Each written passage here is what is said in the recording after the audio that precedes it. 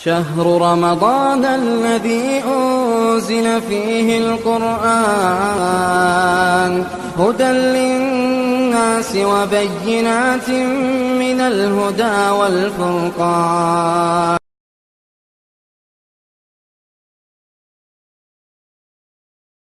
الحمد لله رب العالمين والصلاة والسلام على خير الخلق محمد وعلى آله وصحبه أجمعين.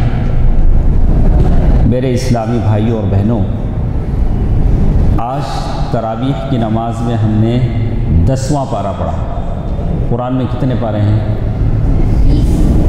بولو بیٹا، قرآن میں کتنے جز ہیں؟ 30. بول دو ماشاءاللہ.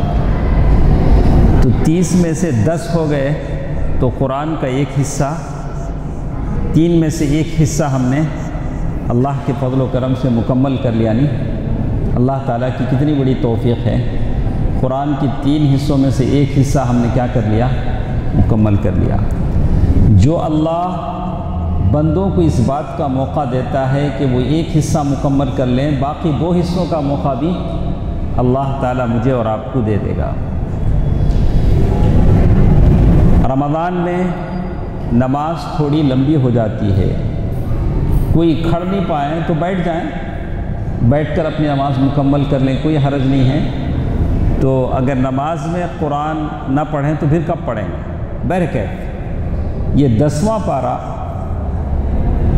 وَاعْلَمُوا أَنَّمَا غَنِمْتُمْ، 10ویں پارے میں اللہ تعالیٰ نے جنگ کیسے لڑنا، جنگ میں اگر مال غنیمت آئے تو کیسے بانٹ لینا، مال غنیمت میں کس کا کتنا حصہ ہے، یہ پورے احکام بیان کریں. اب ایک صاحب بولیں گے ابھی تو جنگا نہیں نا، کہیں کو یہ سب بھی ہم نا. ابھی ایک صاحب بولیں گے اب تو جنگا نہیں ہے، یہ سب کہیں کو. قرآن کب تک کے واسطے ہے؟ قیامت تک کے واسطے. قرآن کی آیتیں قیامت تک کے واسطے. قرآن میں جتنی باتیں بھی ہیں اس کو آپ سنیں گے، اس پر ایمان لائیں گے. بعض باتیں عمل کرنے کی ہوتی، بعض باتیں حالات کے حساب سے عمل کرنے کی نہیں ہوتی. لیکن قرآن کے بارے میں تفصیلی علم جاننا تو ضروری ہے. تو اللہ تبارک و تعالیٰ نے سورۃ الانفال جب شروع کیا 10ویں پارے میں تو جنگ کے آداب سکھائے. جنگ کے آداب میں اللہ تعالیٰ نے کیا کہا کہ دشمن سے مقابلہ کرو تو دلیری کے ساتھ، ہمت کے ساتھ لڑو. ثبات قدمی سے سامنے بڑھو، پیچھے نہیں ہٹو. دشمن کے لڑتے وقت کیا نہیں کرو؟ سامنے بڑھو، پیچھے مت ہٹو. اور دشمن کے مقابلے میں ڈٹے رہو. تو اس سے مراد بے جگری سے لڑنا، ہمت سے لڑنا مراد ہے. اور ایک چیز جو اللہ تعالیٰ نے ان آیتوں میں کہا ہے وَاذْكُرُوا اللَّهَ كَثِيرًا لَعَلَّكُمْ تُفْلِحُونَ. جنگ کے وقت، مشکل کے وقت اللہ کا ذکر زیادہ کرو، اللہ کو زیادہ یاد کرو. ابھی ہم لوگ پہلے سنتے تھے وہ ادھر کے اسٹیٹس میں، شمالی ہند کے، شمالی ہندوستان میں، نارتھ میں ایسا ہو رہا ہے، ویسا ہو رہا ہے، مسلمانوں کو تنگ کیا جا رہا ہے. ابھی ہمارے بازو میں ہم سنتے ہیں روز ایک نیا قانون بنتا ہے مسلمانوں کے خلاف. ویسے ٹائم کو ہمیں کیا کرنا؟ اللہ کو زیادہ یاد کرنا، اللہ کا زیادہ ذکر کرنا. ایسا نہیں کہ دلی دورست، یعنی مغل دور میں انگریز جب حملہ کرنے کے لیے آئے تو نواب صاحب آخری وقت تک ایک بولتے رہے دلی دورست. ارے وہ لوگ کاکی ہیں، یہاں تک آنے جاتے ہیں. کیا ہوا آخر میں؟ انہوں بولتے رہے، انگریز آ کے کیا کرے، ان کو قید کر دیے. تو معلوم یہ ہوتا ہے کہ اللہ تبارک و تعالیٰ آپ کو مجھے یہ تعلیم دیتے ہیں کہ مشکل کے وقت، مشکل گھڑی کے وقت وَاذْكُرُوا اللَّهَ كَثِيرًا، اللہ کو زیادہ یاد کرو، اللہ کو زیادہ یاد کرو، اللہ کا زیادہ ذکر کرو. بیماری میں، مصیبتہ میں، جو بھی تم نہ مشکل آئی ہیں، اللہ کو زیادہ یاد کرو. اس کے بعد اللہ تعالیٰ نے ایک اور بات یہاں بتایا کہا کہ جیت اور ہار جو ہوتی ہے ظاہری اسباب پر نہیں ہوتی. ہمارے پاس لوگ زیادہ ہیں اس لیے ہمیں زیادہ جیت ڈالیں گے، ہمارے پاس ویپن زیادہ ہیں ہمیں جیتیں گے، ایسا کیا بھی نہیں. جیت اور ہار کا فیصلہ جم کر لڑنے اور اللہ کے ذکر پر منحصر ہے. جنگ بدر میں 313 صحابہ تھے اور دوسری طرف 1000 لوگ تھے. کون جیتے؟ مسلمان جیتے نہیں، 313 صحابہ جیتے. تو جیت اور ہار کا مقابلہ ہمت، طاقت اللہ کے بھروسے پر ہوتا ہے. لوگوں کی زیادہ ہونے کی وجہ سے، ہتھیار زیادہ ہونے کی وجہ سے لوگ نہیں جیتتے. اس کے بعد اللہ تعالیٰ نے ایک اور بات بتائی، اللہ اور اس کے رسول کی فرما برداری کرو. ہر حال میں کس کی بات مانو؟ اللہ اور اس کے رسول کی بات مانو. زندگی کا کوئی بھی کام کرنے جاؤ پہلے سوچو اللہ اور رسول کا یہ فیصلہ ہے، ٹھیک ہے. اللہ اور اس کے رسول کا یہ فیصلہ نہیں ہے تو ہرگز نہیں ہے. تو ہمیشہ اللہ اور اس کے رسول کی بات ماننی چاہیے. کتنی باتیں ہوئی؟ ہاں یاد ہے کسی کو؟ ارے میں اس لیے بولتا ہوں کہ آپ میرے ساتھ ساتھ چلیں. ہاں اس لیے کہ اب دیکھو پورے پٹالم میں سے، داشا مکان میں سے اللہ چن کو تم نہ لایا ہے. ادھر ایک 20 لوگ رہیں گے، 30 لوگ، پورا ملا کو ایک 50 لوگ. یہ پورے ایریا میں سے اللہ چن کو کسے لایا؟ آپ 50 لوگوں کو لایا. جیسے موسیٰ علیہ السلام 70 لوگوں کو بلا لیں گے. اب آپ لوگ آج غور سے نہیں سنے تو کیا حال ہو جائیں؟ اللہ تعالیٰ نے ادب سکھلایا. جنگ کے آداب میں سے بولا کہ ثبات قدمی کے ساتھ لڑو، دلیری کے ساتھ لڑو، نمبر 1. نمبر 2، مشکل کے وقت، لڑائی کے وقت اللہ کو زیادہ یاد کرو. اس کے بعد اللہ تعالیٰ نے نمبر 3 بات بتائی کہ اللہ اور اس کے رسول کی تابع داری کرو. کوئی بھی کام ہے اللہ اور اس کے رسول کی تابع داری. 3 باتیں ہوئی. چوتھی بات اللہ نے کہا آپس میں جھگڑا اور اختلاف نہ کو کرو.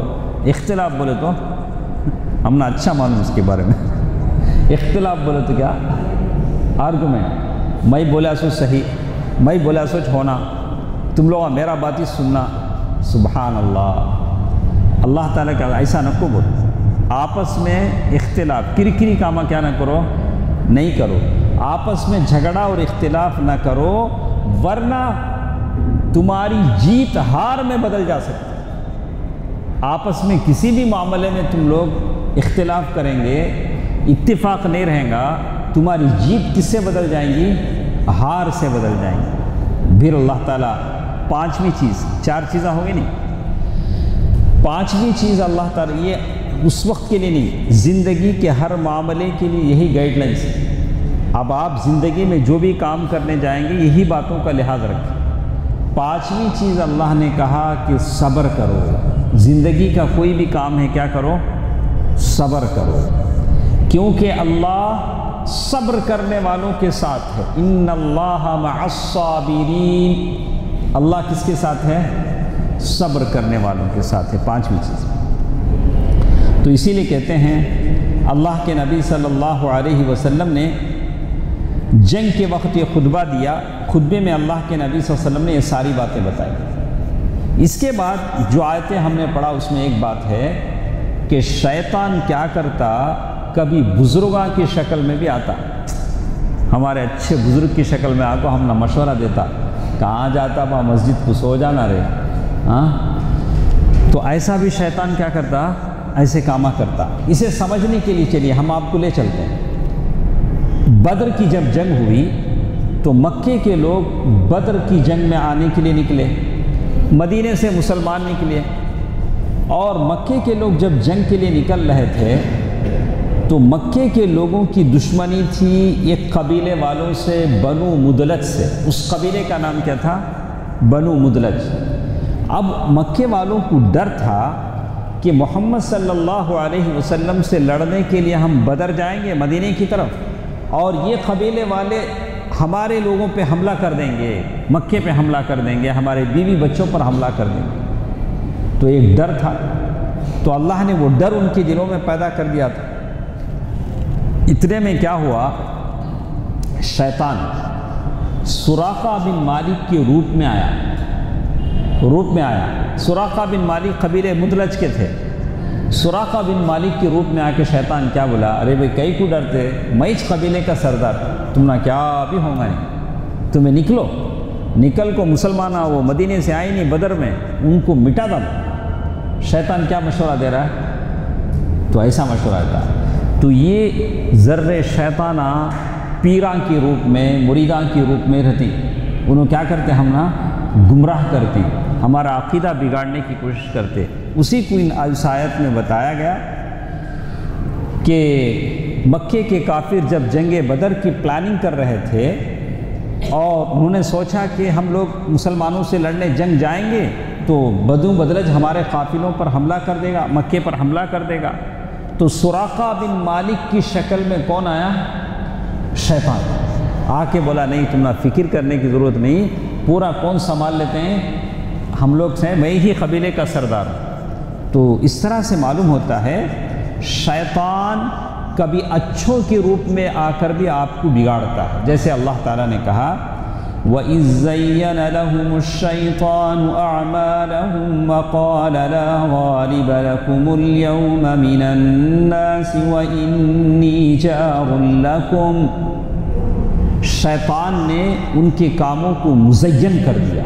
شیطان نے کیا کیا، ان کے کاموں کو اچھا بنا کر ان کے اس میں پیش کیا اور کہا کہ میں گارنٹی دیتا ہوں تم لوگ جیت جاتے، مسلمانہ ہار جاتے۔ اب جنگ بدر میں جب پہنچا، شیطان دیکھا آسمان سے فرشتے اتر رہے ہیں، تو سب سے پہلے میدان سے بھاگا سو کون، انہیں سراقہ بن مالک، بعد میں مسلمان ہو گئے وہ، ان کی شکل میں جو شیطان آیا تھا، جیسے اللہ نے کہا فَلَمَّا تَرَاءَتِ الْفِئَتَانِ نَكَصَ عَلَىٰ عَقِبَيْهِ، جب دیکھا کہ دونوں طرف کے لوگ جمع ہو گئے ہیں، اب جنگ شروع ہونے جا رہی ہے، مسلمانوں کی مدد کے لیے آسمان سے فرشتے آئے ہیں، الٹے پیر بھاگ گیا، کون، شیطان بھاگ گیا۔ وَقَالَ إِنِّي بَرِيءٌ مِّنكُمْ إِنِّي أَرَىٰ مَا لَا تَرَوْنَ، اور کیا بولا معلوم، میں تمہارا سے بری میں وہ دیکھتا ہوں جو تم لوگ دیکھتے نہیں۔ شیطان کیا دیکھتا ہے، فرشتوں کو دیکھتا ہے۔ کیا بولا، انی ارا ما لا ترون انی اخاف اللہ، میں اللہ سے ڈرتا ہوں۔ شیطان کو بھی کیا ہے، اللہ کا ڈر، اور کہہ رہا واللہ شدید العقاب، اللہ کی سزا بڑی سخت ہے۔ تو یہ جو انسیڈنٹ میں نے آپ کو سنایا، اس کا مطلب یہ ہے کہ شیطان غلط راستے پر ڈالنے کے لیے کبھی دوستوں کے روپ میں آ جاتا ہے، کبھی دشمنوں کے روپ میں آ جاتا ہے۔ آپ کو سمجھنا چاہیے، کوئی بھی آدمی اگر ایسا آپ کو آ کے مشورہ دیتا ہے تو آپ کو سمجھنا چاہیے کہ کہیں یہ وہ شیطان تو نہیں ہے۔ سراقہ بن مالک کے روپ میں آیا تھا، کبھی پیروں کے روپ میں آ جاتا ہے، کبھی فقیروں کے روپ میں آ جاتا ہے۔ بہت سارے شیطان ہمیں دیکھتے ہیں، ان کے ٹوپیاں الگ، کپڑے الگ، ان کے اٹھ بیٹھا الگ، بیٹھ کو ایسا ڈھولتے ہیں، گردنہ ہلاتے ہیں، ناچتے ہیں، عجیب عجیب۔ یہ سب کیا ہے، شیاطین الانس والجن، یہ شیطان ہے اور انسانوں کو گمراہ کرتے ہیں۔ تو اس سے آدمی کو بچنا چاہیے۔ اس کے بعد اللہ تعالیٰ نے جو 10واں پارہ ہم نے پڑھا، بہت اہم باتیں ہیں آج کے زمانے کے لحاظ سے، آپ کو اس پر توجہ دینی چاہیے۔ قرآن اللہ کا کلام ہے جو آج مجھے اور آپ، آ جائے ادھر سامنے آ جاؤ بیٹا، آپ لوگ، آپ ہی کے لیے یہ آیت، آپ ہی کے لیے سامنے ادھر آ جاؤ۔ یہ قرآن کی آیت آپ کے لیے ہے۔ اللہ تعالیٰ آپ کو اچھا رکھے، اللہ آپ کو اجر دے ماشاءاللہ۔ یہ قرآن کی آیت آپ ہی کے لیے۔ دیکھو اللہ کیا آپ سے کہتے ہیں، آپ کو دشمنوں سے بچنا بولے تو کیا کرنا، کیا کرنا؟ آج آپ کو معلوم ہے کہ ساری دنیا ہماری دشمن ہے، کم از کم یہاں کچھ لوگ ہمارے دشمن ہیں، ان سے بچنے سے کیا کرنا، کیسا ہمیں بچنا؟ تو اس کے لیے اللہ تعالیٰ نے بتایا کہ تم ہمیشہ الرٹ رہو۔ کیا رہو؟ ہمیشہ ہوشیار رہنا۔ دشمن کیسا آتا تمہیں ہمیشہ ہوشیار رہنا، اس لیے کہ چور اس گھر میں داخل ہونے کی ہمت نہیں کرتا جس گھر والے جاگ رہے ہیں۔ چور کون سے گھر میں جاتا؟ جس گھر والے سو گئے ہوں یا گھر میں کون بھی نہیں ہوں۔ اب ہماری مسلم قوم سوتی ہے، اسی لیے دشمن کیا ہے ہمارے اوپر۔ میں آپ سے کیوں کہتا ہوں، آپ تصور کریں، ہم لوگ یہاں بیٹھے ہیں مسجد میں، ہمیں امن میں ہے کیا جوہر بھائی؟ اچھا افطار کر لے کو، کھا لے کو، پی لے کو، ہاں حلیمہ کبابہ شیخاں کھا لے کو بیٹھے ہیں۔ ابھی کرنٹ اس وقت جب میں بول رہا ہوں آپ سن رہے ہیں، اسی ملک کے کئی اسٹیٹ میں مسلمانوں کے گھر جلائے گئے ہیں، مسلمان بچوں کو جیلوں میں بھرا جا رہا، مدھیہ پردیش، راجستھان، اس وقت ایٹ دا ٹائم۔ آپ اور ہم اللہ کا شکر ادا کریں، اللہ نے ہم کو امن میں رکھا ہے۔ اس وقت رمضان کے موقع پر بچے جیلوں میں، عورتوں کی عزتیں، چھوٹے بچے، بلبلاتے بچے، ہمارے مسلمان بچے۔ تو ہم ہمیشہ کیا رہنا، دشمن سے کیا رہنا، اللہ ان کے لیے ہمیں دعا کریں، یا اللہ رمضان کا مہینہ ہے، ہم لوگ امن میں ہیں، ہماری طرح کلمہ گو مسلمان لوگ ان کے گھر جلائے گئے، ہاں ان کو بے قصور قید و بند ان کو دیا جا رہا ہے، الزامات ان پر تراشے جا رہے ہیں، یا اللہ ان کو بچا لے، آپ ان کے لیے دعا کریں۔ تو اللہ تعالیٰ ہمیں کیا کہتا ہے؟ نمبر 1، ہمیشہ تیاری میں رہو، یعنی ہمیشہ الرٹ رہو، اور دین کے لیے مال زیادہ خرچ کرو۔ تمہارا مال کیا کرو؟ کم کھاؤ، زیادہ مال کس پہ خرچ کرو؟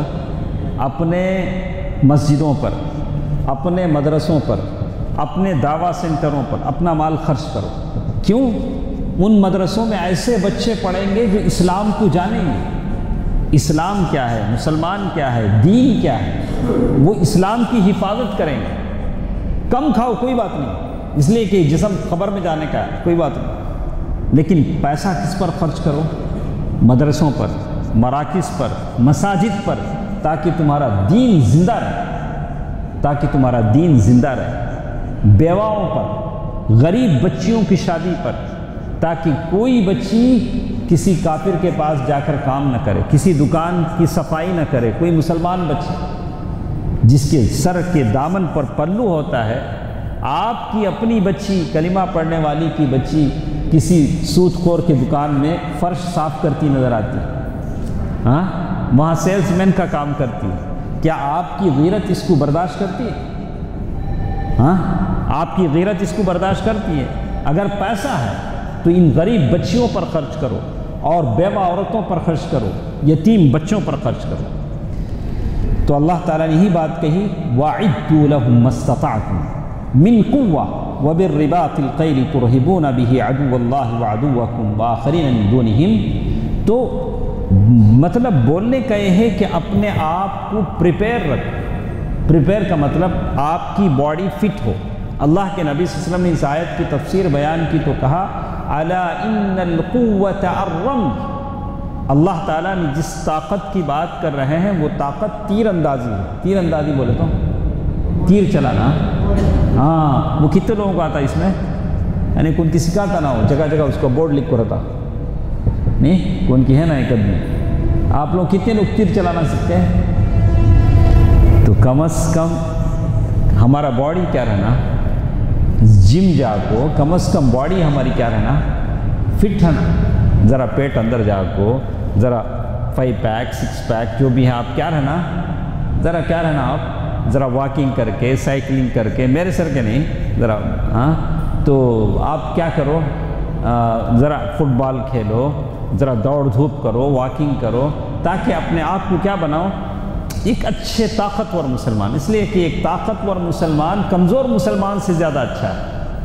کم از کم کل کے دن کچھ ہو جائے تو اپنے بہو بیٹیوں کی عزت بچا سکو، اتنا تو اپنے آپ کو فٹ رکھو۔ تو اللہ تعالیٰ وَأَعِدُّوا لَهُم مَّا اسْتَطَعْتُم مِّن قُوَّةٍ، ہم کسی سے لڑتے بھڑتے نہیں ہیں، لیکن اپنے آپ کو بچانا بھی تو ضروری ہے۔ اپنے آپ کی، اپنے املاک کی، اپنی جائیدادوں کی، اپنی عزت کی، اپنی ناموس کی حفاظت تو ضروری ہے، یہ تو ہم چاہتے ہیں۔ تو اللہ تعالیٰ نے کہا ترہبون بہ عدو اللہ، تاکہ اللہ کا دشمن تم کو دیکھ کر ڈرے۔ ایسے ڈرتا کیا کہ ہم نہ دیکھو۔ ترہبون بہ عدو اللہ وعدوکم وآخرین من دونہم لا تعلمونہم اللہ یعلمہم وما تنفقوا من شیء فی سبیل اللہ یوفی الیکم، اور جو کچھ تم اللہ تعالیٰ کے راستے میں خرچ کرو گے اللہ وہ ریٹرن تم کو دوبارہ کرے گا۔ وہی بات اللہ نے کہی کہ اپنا پیسہ کیا کرو، اللہ کے راستے میں خرچ کرو۔ جو بھی ہے آپ جتنا پیسہ بھی خرچ کرتے ہیں اللہ کے راستے میں خرچ کرو، اللہ کیا کرے گا، وہ ریٹرن آپ کو کیا کرے گا، اللہ تعالیٰ دے گا، بڑا چڑھا کر دے گا۔ یوفی الیکم، اور اللہ پورا پورا لوٹائے گا۔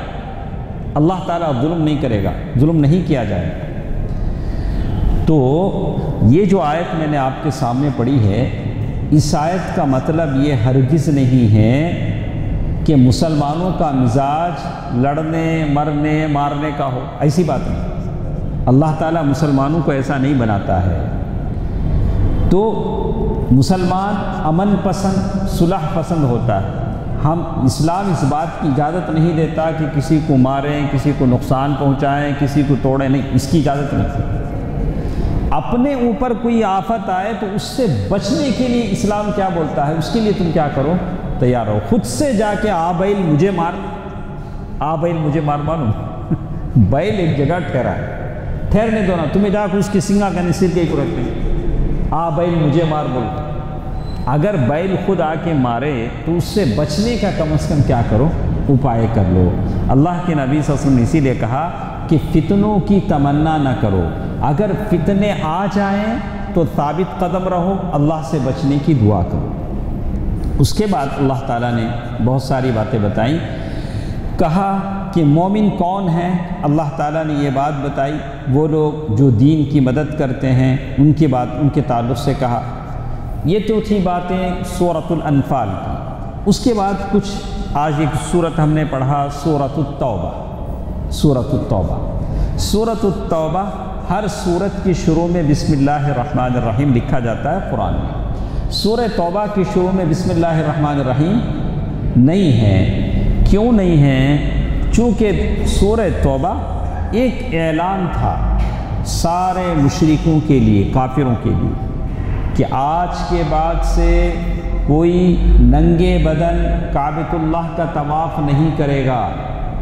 وہ زمانے میں کیا ہوتا تھا کہ لوگ کعبۃ اللہ کا جو طواف کرتے تھے کپڑے پہن کے نہیں کرتے تھے، ننگے ہو جاتے تھے۔ کیا بولتے تھے، ارے یہ کپڑے میں ہمیں گناہ کرے، یہ کپڑے میں طواف کیسا کرنا ہے، اس کا سے کپڑے نکال کو طواف کریں۔ تو اسلام نے کہا کہ نہیں، آج کے بعد ایسا نہیں ہوگا۔ اس کے بعد اس میں یہ بات کا بھی ذکر تھا کہ آج کے بعد کوئی کافر مکے میں داخل نہیں ہو سکے، ان کے لیے بھی پابندی لگا دی گئی کہ مسلمان ہی مکے میں آئیں گے، کافر مکے میں داخل نہیں ہوں۔ تو اس طرح کی آیتیں اس میں آئی گئیں، بیان کی گئیں۔ تو اس طرح سے اس میں بسم اللہ الرحمن الرحیم نہیں لکھا گیا۔ 8 سن ہجری میں مسلمانوں نے مکہ فتح کر لیا تھا، تو اب مسلمانوں کی ایک طاقت آ گئی، مسلمانوں کو ایک طاقت آ گئی۔ لیکن اللہ کے نبی صلی اللہ علیہ وسلم کے زمانے میں رومن امپائر، اس کی بڑی طاقت تھی، سارے لوگ کانپتے تھے، ڈرتے تھے۔ تو اللہ کے نبی صلی اللہ علیہ وسلم 30,000 کی فوج لے کر اس کی طرف نکلے، اور رومن امپائر کا جو قریبی علاقہ تھا وہاں جا کر اللہ کے نبی صلی اللہ علیہ وسلم نے تبوک کے مقام پر پڑاؤ کیا۔ اور رومن امپائر، وہ جو سلطنت تھی، وہ لوگ ڈر گئے، جنگ کے لیے نہیں آئے۔ لیکن بہت سارے لوگوں کو معلوم ہو گیا کہ مسلمانوں کی اتنی بڑی طاقت ہے کہ وہ رومن امپائر سے بھی ٹکر لے سکتے ہیں، اتنی بڑی طاقت ہے۔ تو اللہ تعالیٰ نے مسلمانوں کو، اسلام کو غالب کر دیا۔ اس کے بعد اور کچھ آیتیں ہمارے ساتھ ہیں کہ اشہر حرم کا ذکر کیا گیا، اور مشرکوں کے لیے مسجد حرام میں داخلے کی پابندی کہہ دی گئی۔ اب کوئی مشرک کعبۃ اللہ میں داخل نہیں ہو سکتا۔ اللہ تعالیٰ کا حکم آ گیا، یا ایھا الذین آمنوا انما المشرکون نجس فلا يقربوا المسجد الحرام بعد عامهم هذا۔ اچھا غور سے سنیں، جو نوجوان بچے ہیں، اے لوگوں جو ایمان لائے ہو، بات یہی ہے کہ مشرک لوگ ناپاک ہیں۔ کیا بولتا اللہ؟ مشرک لوگ ناپاک ہیں۔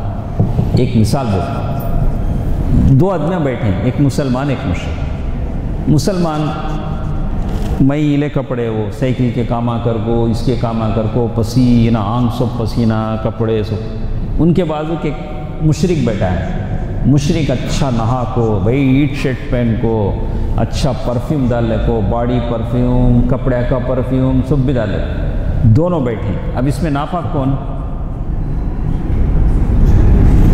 ناپاک کون؟ ہاں مشرک۔ مشرک کیسا بھائی؟ کپڑے ان کے گندے ہیں، ہاں ان کو پسینہ آ جا کو ہے، انہیں بالکل فریش بچ نہا کو آیا، پرفیوم مالک ہے، لیکن پھر بھی انہیں ناپاک۔ ناپاکی دو ٹائپ کی ہوتی، ایک ناپاکی دکھتی حصی، پیشاب کے خطرے لگے ہیں، پیخانہ لگا ہے، ہم کیا کو دکھتا۔ ایک ناپاکی ہوتی ہے معنوی ناپاکی، دکھتی نہیں۔ وہ کون سی ناپاکی؟ کفر کی ناپاکی۔ اس کے اندر جو کفر کی ناپاکی ہے وہ اندر سے ہے، جو دکھتی نہیں۔ بھلے اس کے کپڑے پاک ہیں، اچھا فل پرفیوم لگا لے کو ہے، لیکن پھر بھی اس کے اندر کیا ہے؟ وہ کفر کی ناپاکی ہے جو دکھتی تو نہیں ہے۔ جیسے ہی وہ کلمہ اپنی زبان سے پڑھ لے گا، لا اشہد ان لا الہ الا اللہ واشہد ان محمدا عبدہ ورسولہ، وہ کیا ہو جائے گا؟ پاک ہو جائے گا۔ بس یہ پاکی ناپاکی دکھنے کا نہیں ہے، بس یہ کس کا فرق ہے؟ کلمہ کا فرق ہے۔ تو اللہ تعالیٰ نے کہا، ایک آیت اللہ تبارک و تعالیٰ نے نازل کر دی کہ مشرک ناپاک ہیں، وہ کعبۃ اللہ میں داخل نہیں ہو سکیں گے۔ اس کے بعد اللہ تبارک و تعالیٰ نے انہی آیتوں میں ایک بات مجھے اور آپ کو بتائی ہے۔ اللہ تبارک و تعالیٰ نے کہا، ایمان کے بغیر کوئی بھی کام بے فائدہ ہے۔ اصل چیز کیا ہے؟ ایمان۔ ایمان ہے، اللہ سارے کاموں کا بدلہ دے گا۔ ایمان کے بغیر کیسا؟ تمہیں مثال، ایک آدمی بینک میں اکاؤنٹ کھولتا، اکاؤنٹ نمبر ہے تو پورے پیسے کہاں جاتے؟ اس کے اکاؤنٹ میں جاتے۔ اکاؤنٹ نمبر ہی نہیں، بھرتا پیسے ڈالتا، کہاں جائیں گے اس کے پیسے؟ کام ہی نہیں جائیں۔ ایک بڑا تھیلا لیا، تھیلے میں نیچے سیونا نہیں ہے، اوپر سے ڈالتا ہے، کہاں جائیں گا اسے بھی؟ نیچے جانا۔ اسے پہلے کیا کرو؟ تمہیں نیچے سیون ڈالو، سیون ایمان، ایمان ہے۔ اس کے بعد 2 رکعت نماز پڑھو، اللہ تمہارا نماز قبول کرنے گا۔ 1 روپیہ خیرات کرو، اللہ صدقہ خیرات قبول کر لے گا۔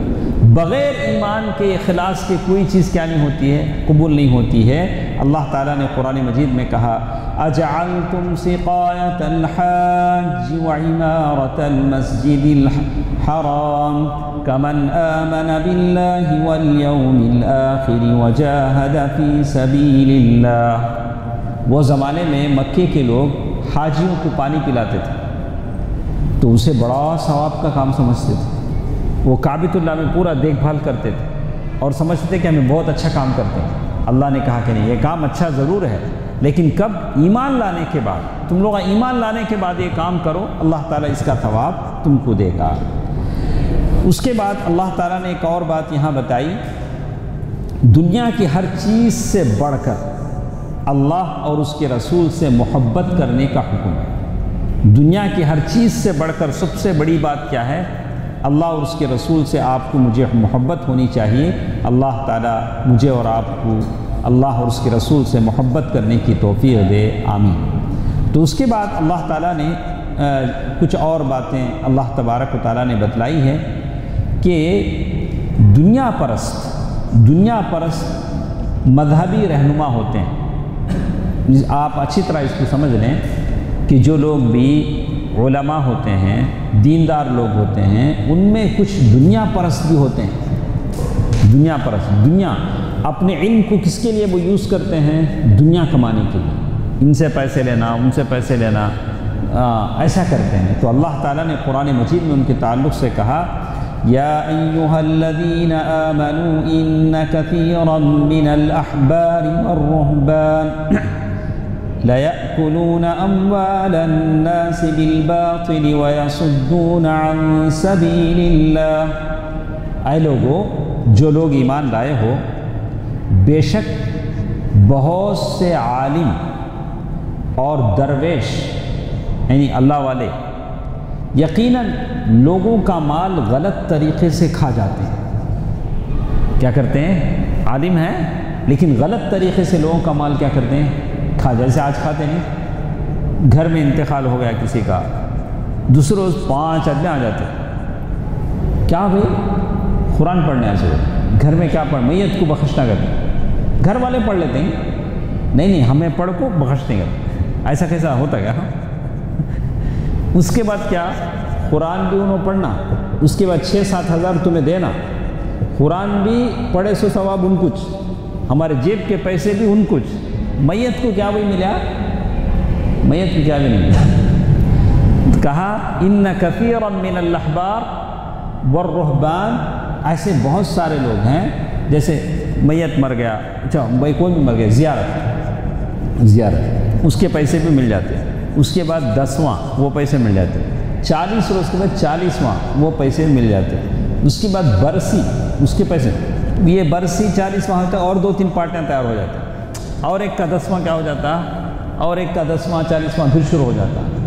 تو دین اس کے لیے نہیں، دین اس کے لیے نہیں ہے، دین بہت صاف ہے، دین میں کسی طرح کی دھوکہ ملمہ سازی ایسی باتیں نہیں ہیں۔ اللہ نے کہا لَيَأْكُلُونَ أَمْوَالَ النَّاسِ بِالْبَاطِلِ، یہ لوگ غلط طریقے سے لوگوں کا مال کھاتے ہیں، وَيَصُدُّونَ عَن سَبِيلِ اللَّهِ، اور اللہ کے راستے سے روکتے ہیں۔ اور آخر میں ایک بات ہمارے ساتھ ہے، جو لوگ سونا چاندی خزانہ بنا کر رکھتے ہیں، وَالَّذِينَ يَكْنِزُونَ الذَّهَبَ وَالْفِضَّةَ، تمہارے گھر میں سونا ہے، زکوٰۃ دیتے نہیں تمہیں، کیا کرنا چاہتے تمہیں؟ خزانہ بنا کر رکھنا چاہتے ہیں۔ وَلَا يُنْفِقُونَهَا فِي سَبِيلِ اللَّهِ، اللہ کے راستے میں خرچ نہیں کرتے ہیں، فَبَشِّرْهُمْ بِعَذَابٍ أَلِيمٍ، اللہ کے عذاب کی، دردناک عذاب کی ان کو خوشخبری سنا دو۔ عذاب کی خوشخبری ہوتی کیا؟ تو جس کے گھر میں بھی سونا ہے، پہلے کیا کرو؟ زکوٰۃ نکالو، نہیں تو یہ نیوز دیتا نہیں، وہ سننا ہمیں تو پہنتے نہیں نا، وہ آپ کی محترمہ ہی تو پہنتی ہیں، تو آپ ہی کیا چاہیں گے کہ کل قیامت کے دن وہ سونے کا زیور جو آپ نے بڑے پیار سے لایا ہے، وہ سانپ بنا کر آپ کی بیوی کے گلے میں ڈالا جائے اور آپ دیکھتے رہیں؟ اگر آپ کو یہ پسند نہیں ہے کہ وہ سونے کا زیور سانپ بنا کر، اژدہا بنا کر آپ کی بیوی کے گلے میں، آپ کے گلے میں ڈالا جائے، تو کیا کرو؟ کیا کرو؟ زکوٰۃ دو، اس کا زکوٰۃ ادا کرو، اگر وہ زکوٰۃ کے نصاب کو پہنچ جاتا ہے تو زکوٰۃ ادا کرو۔ تو کچھ اور باتیں ہمارے ساتھ ہیں انشاءاللہ، بہت ساری باتیں اس میں بھی بتائی گئی ہیں، یہی مختصر باتیں جو ہم نے سنی ہیں، جس سے معلوم ہوتا ہے کہ اللہ کے راستے میں خرچ کرنا چاہیے، اور اللہ تعالیٰ نے صاف صاف بتا دیا کہ زکوٰۃ آپ کسے دیں گے، وہ بھی اللہ تعالیٰ نے ان آیتوں میں بتایا، انما الصدقات للفقراء، فقیر کو دیں گے، مسکین کو دیں گے، اور زکوٰۃ کے اوپر جو لوگ کام کرتے ہیں ان کو بھی دے سکتے ہیں، والمؤلفۃ قلوبہم، کسی کو اسلام کی طرف راغب کرنے کے لیے دے سکتے ہیں، پہلے تھا اب ضرورت نہیں، یا کوئی گلی کا گنڈا ہے جس سے مسلمانوں کو کوئی خطرہ ہے، تو اسے بھی ہم زکوٰۃ کا کیا کر سکتے ہیں، 500 1000 دے کے یہ کر سکتے ہیں، کوئی بات نہیں۔ وفی الرقاب، یا کسی کی گردن آزاد کرنی ہے، کوئی گناہ میں یعنی معمولی ناکردہ گناہ میں جیل میں پھنس گیا ہے،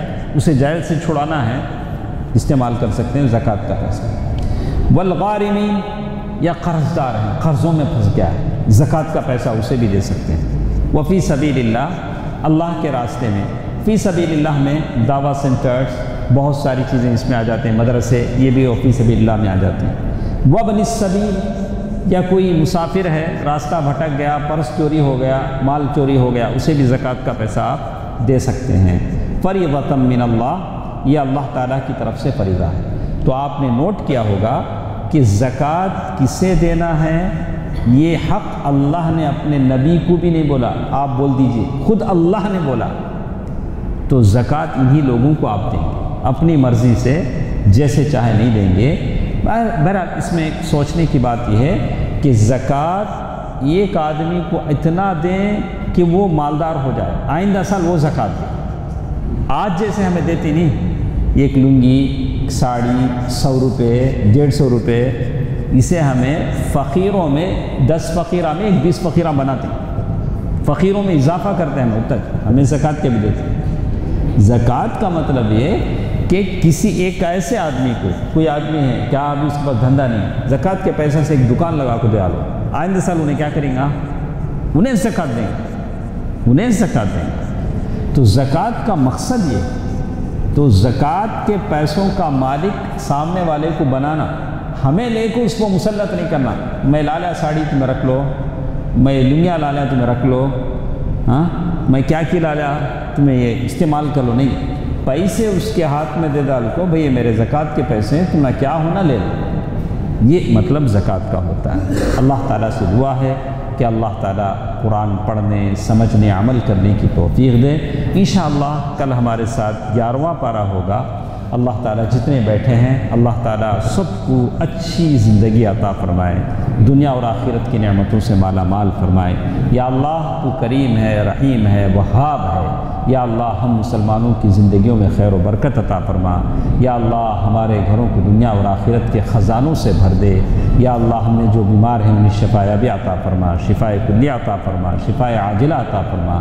آمین برحمتک یا ارحم الراحمین، والحمد للہ رب العالمین، والسلام علیکم ورحمۃ اللہ وبرکاتہ۔